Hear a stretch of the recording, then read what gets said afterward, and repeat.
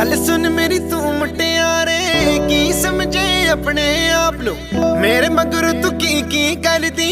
एह गल बस तू ही जानदी, मैनू सिफाइयां पेश न कर, अब कोलो थोड़ा जिहा दड़। सिख जाके प्यार करने दा वल झूठे सन साडे